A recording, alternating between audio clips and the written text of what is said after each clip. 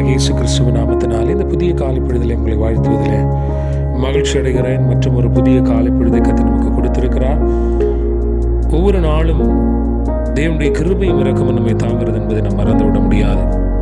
இந்த நாளிலும் சங்கீத புத்தகம் 107வது சங்கீதம் 8வது வசனமாய் சொல்லுகிறது, தவனமுள்ள ஆத்மாவை கர்த்தர் திருப்தியாக்கி பசியுள்ள ஆத்மாவை நன்மையினால் நிரப்புகிறார் என்று சொல்லி அடுத்த வசனத்தின் முடிவிலே அவரை துதிப்பார்கள் என்று சொல்லி வாசிக்கிறார். அருமையான தேவனுடைய பிள்ளைகள், இந்த காலை பொழுதுல தவனமுள்ள தாகமுள்ள எதிர்பார்ப்புள்ள ஆத்மாவை ஆண்டவர் திருப்தியாக்குறவராக இருக்கிறார் என்று சொல்லி வசனம் சொல்லுகிறது. அதே வேளையில பசியுள்ள ஆத்மாவை, இரண்டு காரியங்களை இங்கே ஆண்டவர் நமக்கு உணர்த்துகிறத பார்க்க முடியும். என்னென்னு சொன்னால், முதல் ஆவிக்கிற நிலைமையில ஆவியில தவனமாய் இருக்கக்கூடிய ஒரு மனிதன், ஒரு நபர், அவரை கடவுள் திருப்தி ஆக்குகிறார். அதே வேளையில் பசியுள்ள ஆத்மாவை அவன் தன்னுடைய உலக வாழ்க்கையில மாம்சத்துல இந்த உலகத்துல வசிக்கிற பொழுது அவனுக்கு இருக்கக்கூடிய பசி, அவனுக்கு இருக்கக்கூடிய தேவைகளை ஆண்டவர்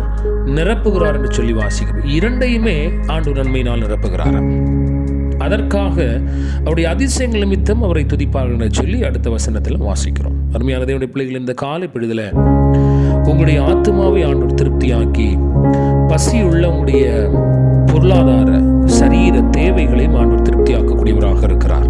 இன்னைக்கு எப்படிப்பட்ட தாகம், ஆத்மாவில தாகமா இருக்கிறீர்களா, இல்லை சரீரத்துல தேவையுள்ள பசி உங்களுக்கு இருக்கிறதா? இவைகள் எல்லாவற்றையும் ஆண்டவர் தன்னுடைய நன்மையினால் நிரப்ப போதுமானவராக இருக்கிறார். விசுவாசத்தோடு, ஆண்டவரே, இந்த நாளில என் ஆத்மா தாகம், பசி இவைகளை என் ஆண்டவர் திருப்திப்படுத்துகிறதற்காய் ஸ்தோத்திரம்.